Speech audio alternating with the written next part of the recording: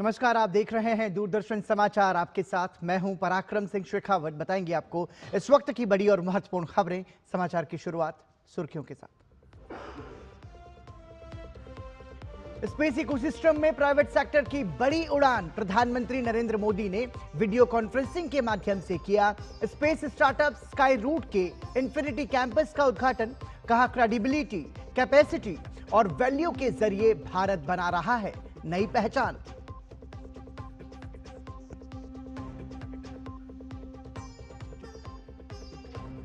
परमाणु ऊर्जा क्षेत्र को भी निजी क्षेत्र के लिए खोला जाएगा। प्रधानमंत्री ने कहा, रिएक्टर न्यूक्लियर इनोवेशन में बनेंगे नए अवसर। टेक्नोलॉजी सेक्टर को मिलेगी मजबूती।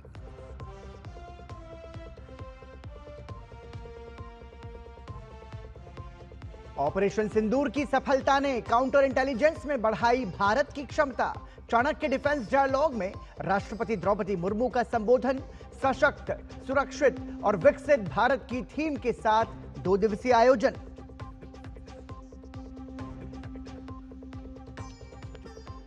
प्रधानमंत्री को अपमानित करने को लेकर कांग्रेस पर भाजपा का हमला। सोशल मीडिया पर विदेशी अकाउंट के जरिए गलत जानकारी फैलाने का लगाया आरोप। भाजपा ने कहा, राहुल गांधी देश में गृह युद्ध भड़काने का कर रहे हैं भरकस प्रयास।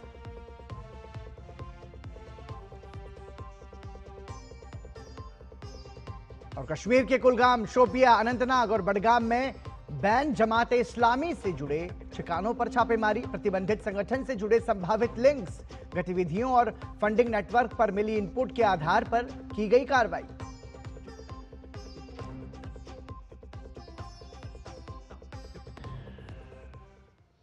प्रधानमंत्री नरेंद्र मोदी ने वर्चुअल माध्यम से स्काई रूट के इंफिनिटी कैंपस का शुभारंभ किया।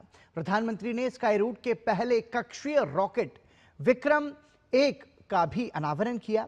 स्काई रूट अंतरिक्ष क्षेत्र की निजी कंपनी है। इस मौके पर प्रधानमंत्री ने कहा कि सरकार ने देश के अंतरिक्ष क्षेत्र में कई ऐतिहासिक सुधार किए हैं।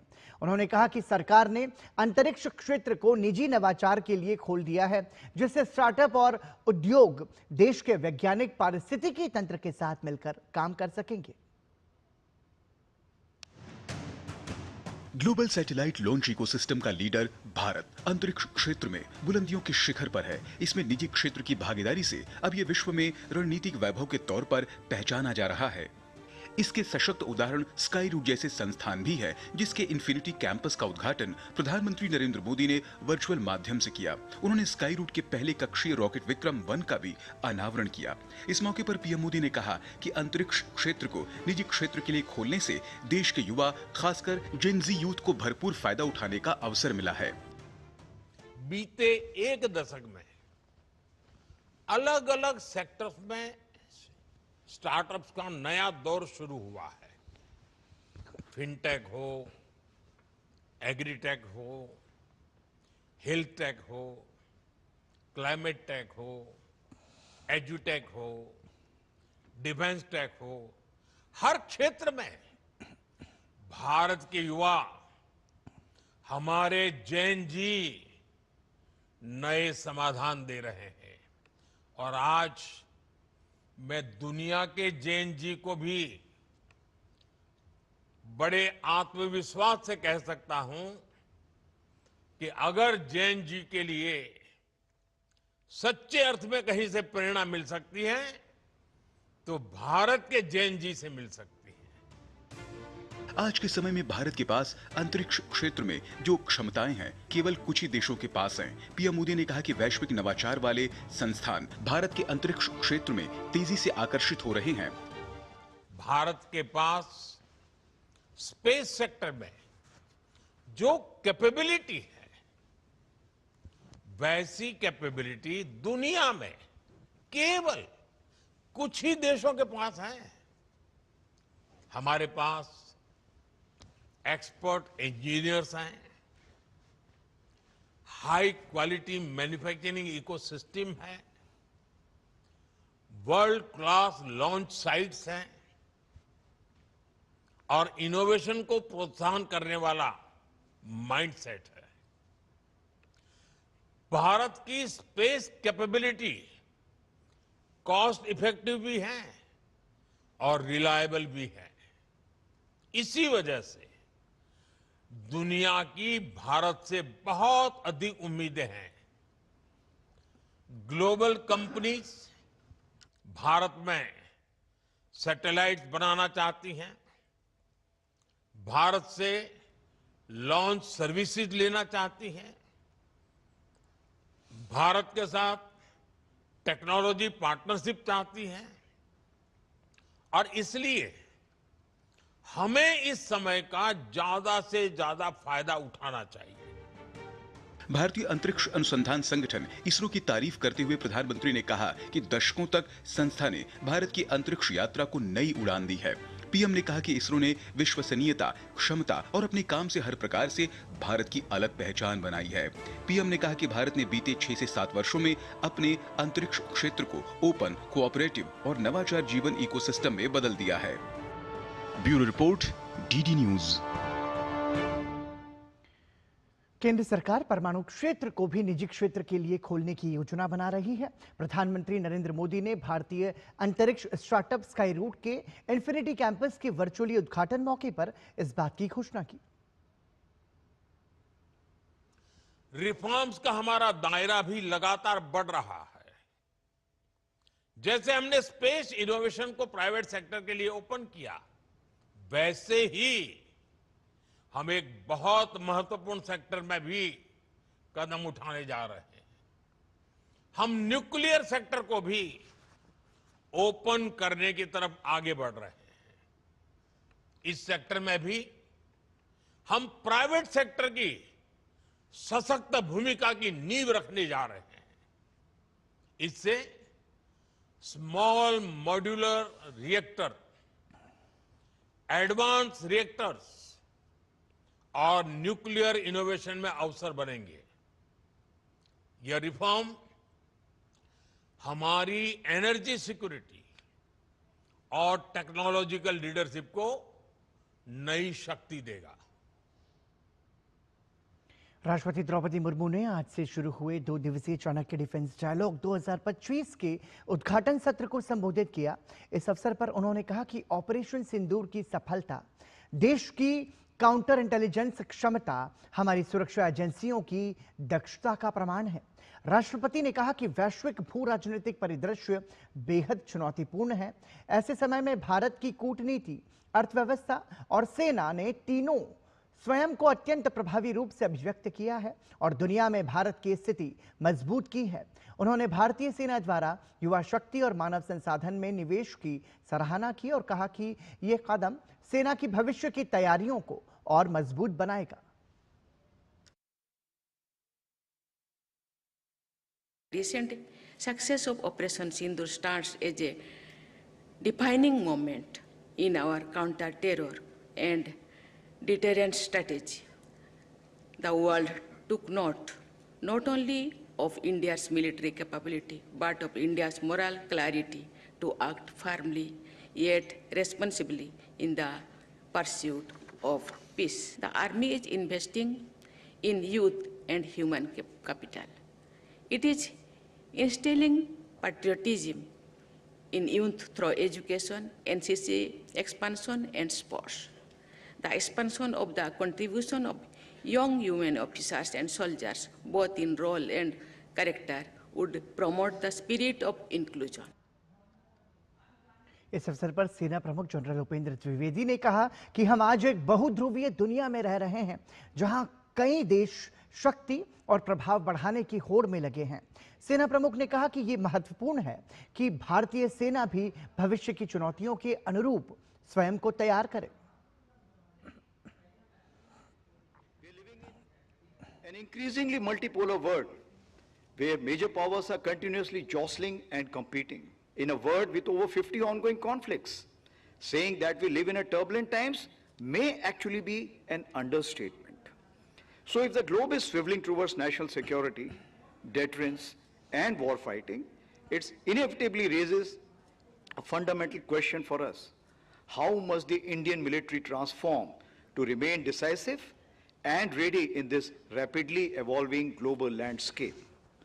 So the starting point to this question lies in the vision of Honorable Prime Minister, 5S approach that is Samman, Samvad, Sahyog, Samriddhi and Suraksha.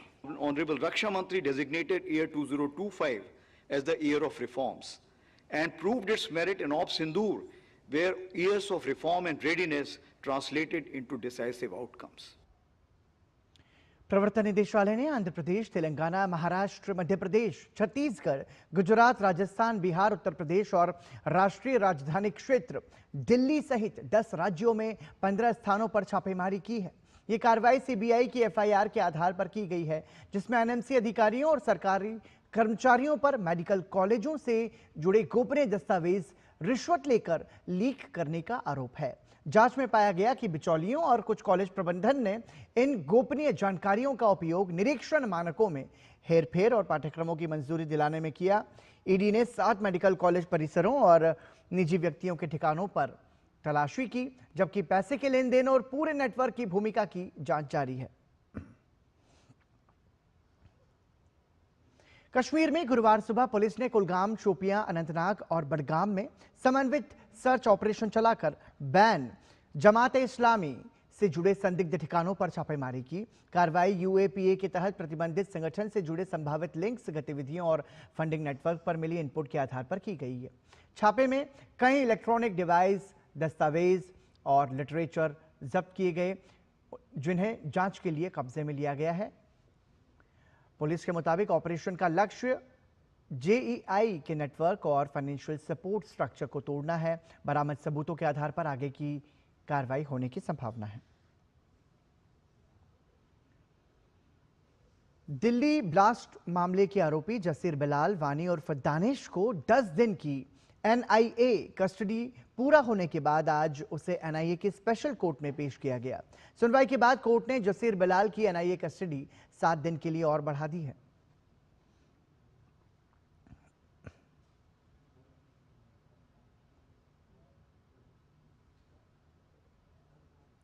पश्चिम बंगाल में एसआईआर की प्रक्रिया चल रही है। राज्य सीईओ कार्यालय सूत्रों के अनुसार अब तक 6 करोड़ एन्यूमरेशन फॉर्म का डिजिटलीकरण हो चुका है। इनमें से 2002 की मतदाता सूची के साथ 26 लाख मतदाताओं का लिंकेज नहीं पाया गया है। इन 26 लाख में 4 कैटेगरी हैं: dead, absentees, shifted and fake. कई मामलों में यह देखा गया है कि भले ही 2002 की मतदाता सूची में नाम ऑनलाइन उपलब्ध ना हो, संबंधित व्यक्ति ने ऑफलाइन फॉर्म जमा कराकर भर के दिया है। इस मामले में आयोग ने सूचित किया कि 2002 की सूची की जो हार्ड कॉपी उपलब्ध है, उसके साथ ऑफलाइन भरे गए फॉर्म का मिलान किया जाएगा। ऐसे मतदाताओं के मामलों में ईआरओ इस मामले की जांच करेंगे। राज्य में निर्वाचन सदन द्वारा नियुक्त सचिव स्तर के 3 अधिकारी एसआईआर प्रक्रिया की देखरेख करेंगे। एसआईआर प्रक्रिया समाप्त होने तक वो राज्य में ही रहेंगे। पश्चिम बंगाल के राज्य सचिवालय नबन्ना ने मुख्य निर्वाचन अधिकारी दफ्तर को वित्तीय स्वतंत्रता प्रदान की है। अब से सीईओ कार्यालय एक निर्धारित राशि तक का खर्च स्वयं कर सकेगा। सीईओ कार्यालय राज्य के गृह विभाग के अधीन है। वित्त मामलों में मंजूरी के लिए सीईओ कार्यालय को अभी तक वित्त विभाग पर निर्भर रहना पड़ता था। हालांकि राष्ट्रीय निर्वाचन आयोग ने पहले ही सीईओ कार्यालय को गृह विभाग के दायरे से बाहर निकालकर वित्तीय शक्तियां देने की सिफारिश की थी। तब अनुमति नहीं मिली थी, लेकिन अब एसआईआर को लेकर आयोग के साथ चल रहे टकराव के बीच ये मंजूरी पत्र आया है। अटकलें लगाई जा रही हैं कि राज्य सचिवालय को यह ध्यान रखना पड़ रहा है कि एसआईआर के कार्यान्वयन में प्रशासनिक स्तर पर असहयोग का आरोप न लगे। एसआईआर को लेकर सुप्रीम कोर्ट में मामला चल रहा है। यहां रुक रहे हैं एक छोटे से ब्रेक के लिए, बने रहिए हमारे साथ। व्यक्तिगत जानकारी के लिए ऑनलाइन अनुरोधों से रहें सावधान। कुछ भी जानकारी देने से पहले जरूर सोचें। कोई भी वैधानिक कंपनी फोन या इंटरनेट पर आपसे निजी जानकारी कभी भी नहीं मांगती। इसलिए ऐसे कॉल या ईमेल आने पर अपनी जानकारी देने से पहले समझदारी दिखाएं और सावधानी बरतें।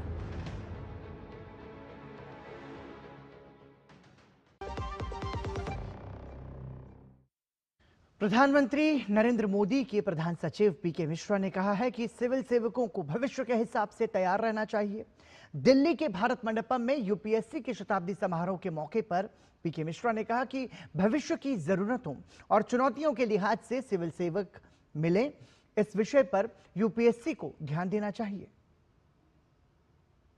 The world is becoming more interconnected and more volatile. Strategic competition is no longer limited to military power alone. It spans technology, supply chains, data, cybersecurity, artificial intelligence, space, and critical minerals. Today's civil servant is more than an administrator. He is also a manager of uncertainty, an interpreter of complexity, and a guardian of India's strategic interest. The officers we select today will be navigating geopolitical landscapes that are far more intricate than what previous generations encountered. रक्षा मंत्री राजनाथ सिंह और Indonesia के रक्षा मंत्री सजाफ्री सजामसोएद्दीन ने कहा कि नई दिल्ली में तीसरे भारत इंडोनेशिया रक्षा मंत्रियों की वार्ता की अध्यक्षता एक साथ की। बैठक के दौरान दोनों मंत्री क्षेत्रीय सुरक्षा और बहुपक्षीय मुद्दों पर विचारों का आदान प्रदान उन्होंने किया। साथ ही द्विपक्षीय रक्षा सहयोग को और मजबूत करने पर चर्चा की। रक्षा मंत्री राजनाथ सिंह ने कहा कि भारत और इंडोनेशिया के बीच सभ्यतागत संबंध हजारों साल पुराने हैं। दोनों देश समुद्री पड़ोसी हैं और कई सदियों पुराने सांस्कृतिक सभ्यता और ऐतिहासिक रिश्ते को साझा करते हैं। देशों के बीच व्यापक रणनीतिक साझेदारी द्विपक्षीय और बहुपक्षीय क्षेत्रों में बढ़ते सहयोग की विशेषता है।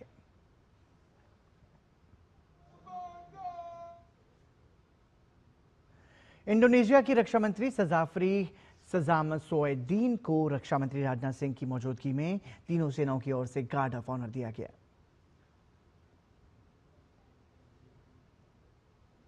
उत्तराखंड के मुख्यमंत्री पुष्कर सिंह धामी ने कहा कि प्रधानमंत्री नरेंद्र मोदी के प्रधानमंत्री बनने के बाद एक वर्क कल्चर आया है। उन्होंने डबल इंजन की सरकार को सुशासन और पारदर्शिता का मॉडल बताया।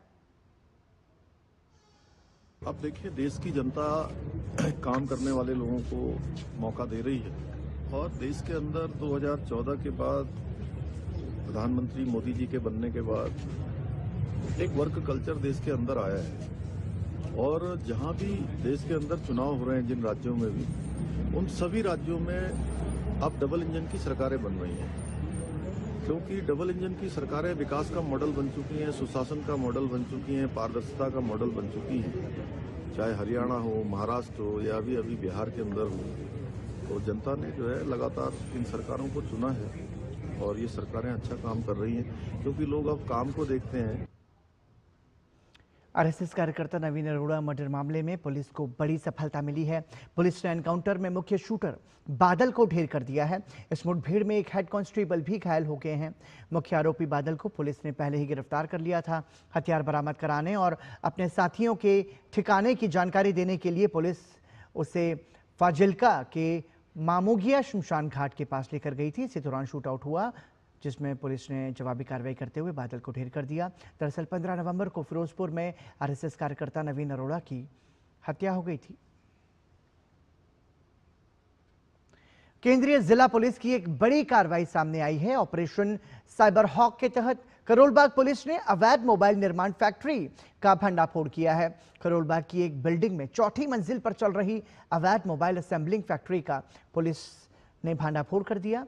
छापे में 1826 फोन, लैपटॉप, IMEI बदलने वाला सॉफ्टवेयर और हजारों पार्ट्स मिले। अशोक कुमार सहित 5 आरोपी रंगे हाथों पकड़े गए। गैंग पुराने मदरबोर्ड और चीन से आए पार्ट्स जोड़कर IMEI बदलकर फोन बेचता था। पुलिस अब इसकी सप्लाई चेन और नेटवर्क खंगाल रही है।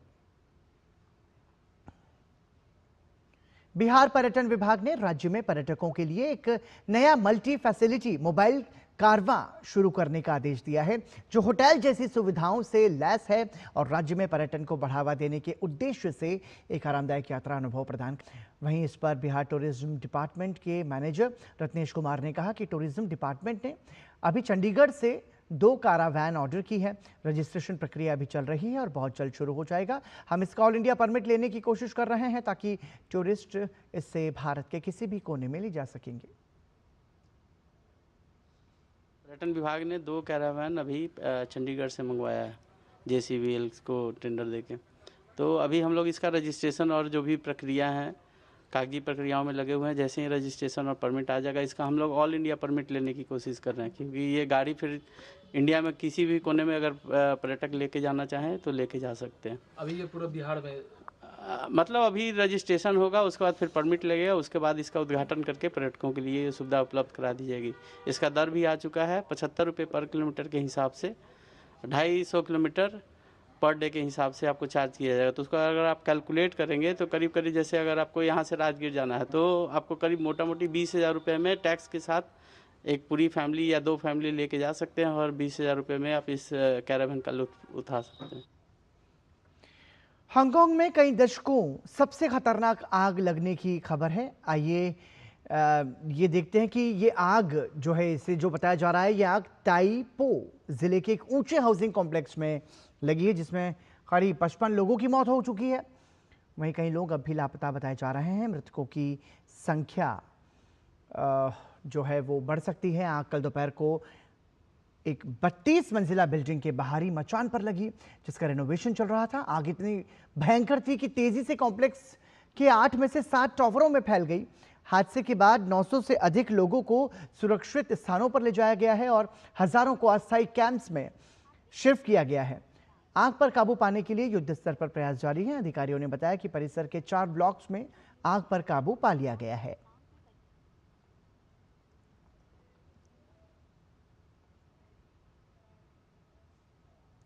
अमेरिका में एक बार फिर गोलीबारी का मामला सामने आया है। राजधानी वॉशिंगटन में व्हाइट हाउस के पास हुई फायरिंग में नेशनल गार्ड के 2 सदस्यों को गोली लग गई, जिनकी हालत गंभीर है। Homeland security secretary Kristi Noem ने एक सोशल मीडिया पोस्ट में कहा कि गार्ड के 2 सदस्यों को गोली लगी है और उनका महकमा स्थानीय पुलिस के साथ मिलकर और जानकारी इकट्ठा कर रहा है।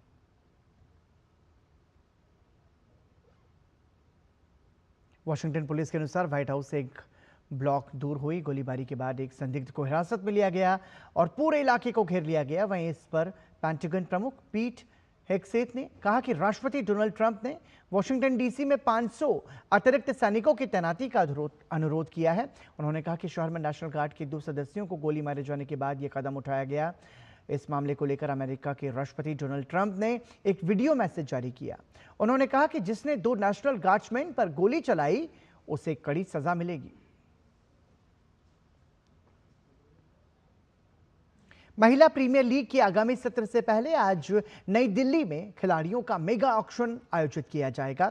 5 टीमें अधिकतम 73 स्थानों को भरने की कोशिश करेंगी, जिनमें 50 भारतीय और 23 विदेशी खिलाड़ी शामिल होंगे। कम से कम 15 और अधिकतम 18 खिलाड़ी टीम में शामिल किए जा सकते हैं। भारत के विश्व कप विजेता स्टार दीप्ति शर्मा, क्रांति गौड़ और श्रीचरणी को WPL की पहली मेगा नीलामी में बड़ी राशि मिलने की उम्मीद है, जबकि विदेशी दिग्गज लोरा वॉलवाट और सोफी एक्सलिस्टोन पर भी बड़ी बोली लगने की संभावना है। 194 भारतीय खिलाड़ी नीलामी का हिस्सा होंगी। इनमें 52 कैप्ड और 142 अनकैप्ड खिलाड़ी शामिल हैं। दूसरी ओर 66 विदेशी कैप्ड और 17 विदेशी अनकैप्ड खिलाड़ियों ने भी अपना नाम दर्ज कराया है। भारतीय खिलाड़ियों के लिए कुल 50 स्लॉट जबकि विदेशी खिलाड़ियों के लिए 23 स्लॉट निर्धारित हैं। –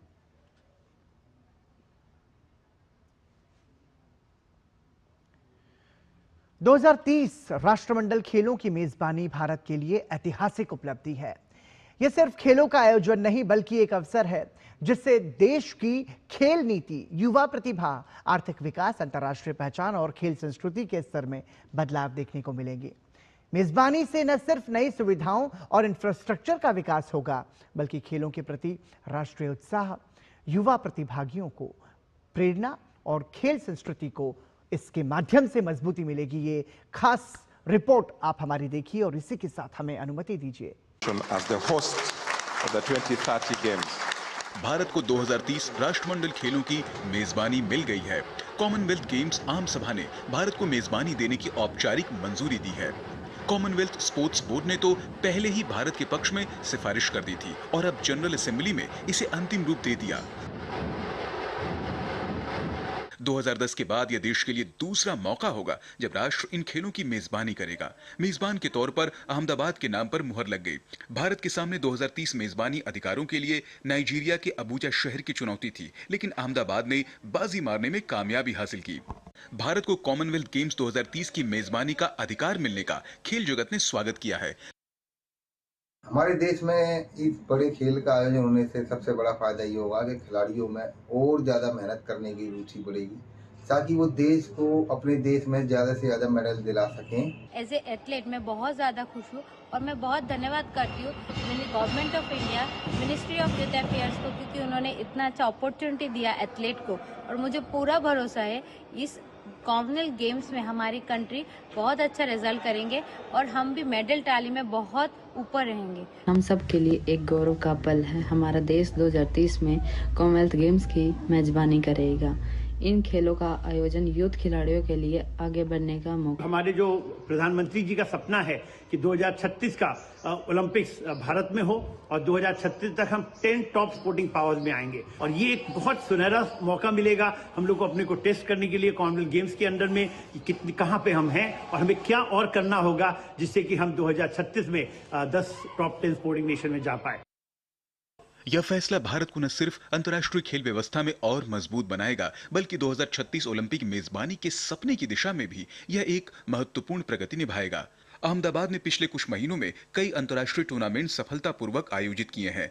राष्ट्रमंडल खेल 2030 में अपने 100 साल भी पूरे कर रहा है, लिहाजा यह संस्करण विशेष रहने वाला है। भारत ने इससे पहले 2010 में दिल्ली में राष्ट्रमंडल खेलों का आयोजन किया था, लेकिन पिछले एक दशक में देश में खेल ढांचे में विश्व स्तरीय सुधार हुआ है। अनुमान है कि इससे खेल संबद्ध उद्योग, लॉजिस्टिक्स, मीडिया, हॉस्पिटैलिटी, इंफ्रास्ट्रक्चर और पर्यटन जैसे क्षेत्रों में रोजगार और निवेश बढ़ने की संभावना है। 2030 खेलों की मेजबानी से न सिर्फ नई सुविधाओं व इंफ्रास्ट्रक्चर का विकास होगा, बल्कि खेलों के प्रति राष्ट्रीय उत्साह, युवा प्रतिभाओं को प्रेरणा और खेल संस्कृति को मजबूती मिलेगी। इससे भारत की अंतर्राष्ट्रीय छवि मजबूत होगी। Sports desk, DD news.